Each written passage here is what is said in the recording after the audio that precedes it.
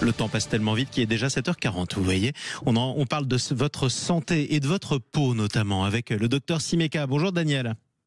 Bonjour à tous. Le soleil revient. Attention, nous dites-vous, au cancer secondaire. C'est quoi un cancer secondaire ?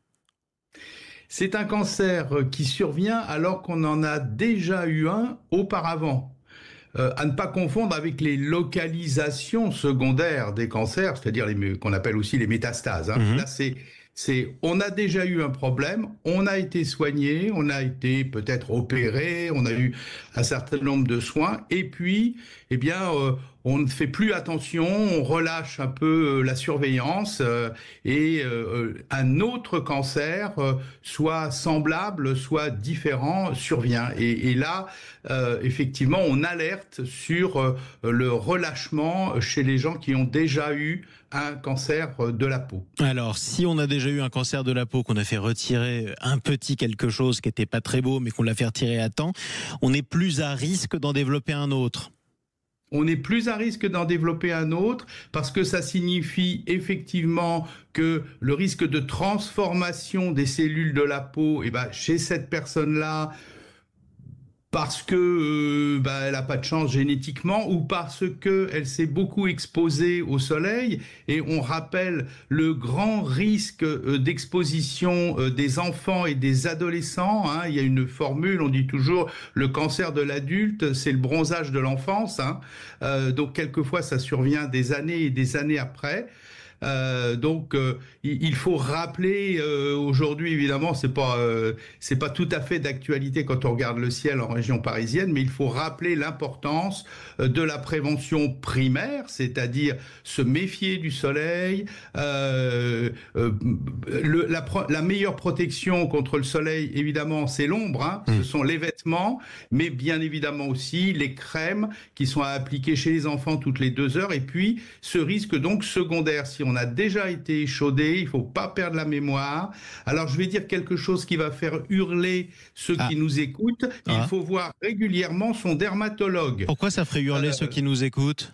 Parce que les rendez-vous sont absolument épouvantables en France. C'est-à-dire je ne sais pas si vous avez essayé de prendre un rendez-vous chez nos pauvres dermatologues qui n'y sont pour rien. Simplement, ils sont débordés et ils font ce qu'ils peuvent. Donc prenez rendez-vous maintenant pour en avoir un pour l'été prochain, quoi, c'est ça ? C'est presque ça parfois, oui. Malgré tout, oui. Il faut quand même regarder. Qu'est-ce que je dois surveiller maintenant que vous m'avez parlé de ces cancers secondaires ? Qu'est-ce que je dois surveiller ? Quel type de grain de beauté ? Qu'est-ce qui doit être louche et attirer ma suspicion ?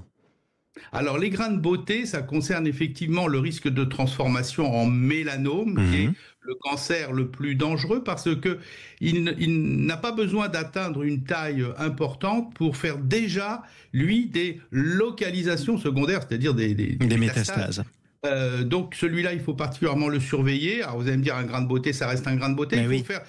Quand on sait qu'on en a pas mal, il faut ne pas hésiter avec un membre de la famille à les faire inspecter un par un. Les endroits où les yeux ne vont pas, le dos, derrière les oreilles, le haut du crâne pour ceux qui n'ont pas... on peut en avoir sur le haut du crâne pour ceux qui perdent des cheveux, par exemple.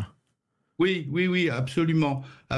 Donc, il faut surveiller ça. Et puis, il y a aussi les autres types de cancers qui sont moins invasifs.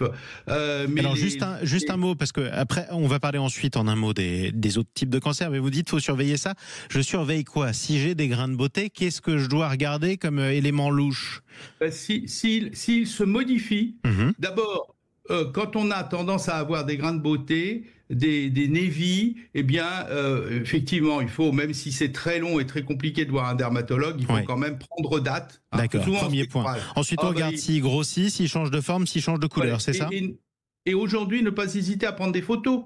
Parce que quand on prend des photos, on peut comparer. Parce que sinon, on ne se souvient pas. On ne se souvient pas. Donc, on prend des photos à 15 jours, à 1 mois, et on voit si ça bouge. Il faut consulter. Ça va pas être beau, notre galerie de photos dans notre iPhone. Mais on va faire ça, écoutez. On suit toujours vos ordonnances, mon cher docteur.